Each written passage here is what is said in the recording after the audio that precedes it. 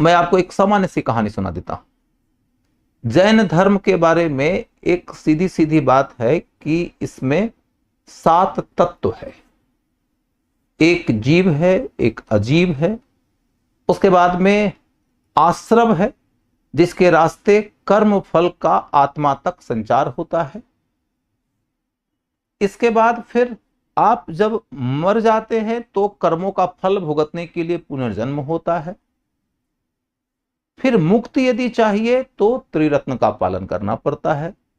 त्रिरत्न का पालन करते हैं तो सबसे पहले क्या होता है, संवर की अवस्था आती है, यानी कि नए कर्म फल का संचय बंद हो जाता है और पुराने कर्मों का फल आप भुगतना जारी रखते हैं, उसी को निर्जरा कहते हैं।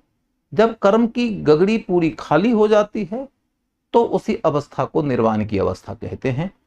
इसका मतलब है कि अब जन्म और मरण के चक्र से आप मुक्ति पा चुके हैं, आपकी आत्मा कर्म फल से पूर्ण रूपेण मुक्त हो चुकी है।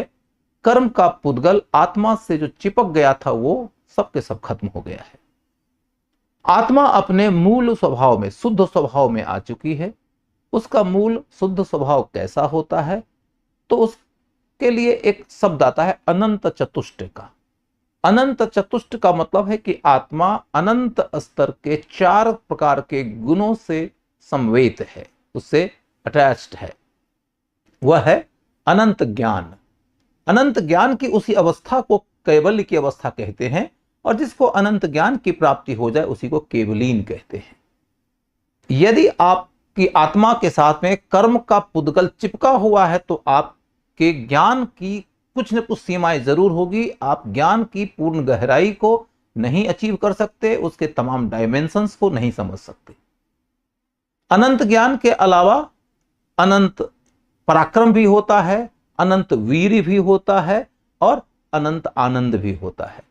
तो अनंत चतुष्ट में ये चारों होते हैं। आत्मा मूल रूप से ऐसी ही होती है।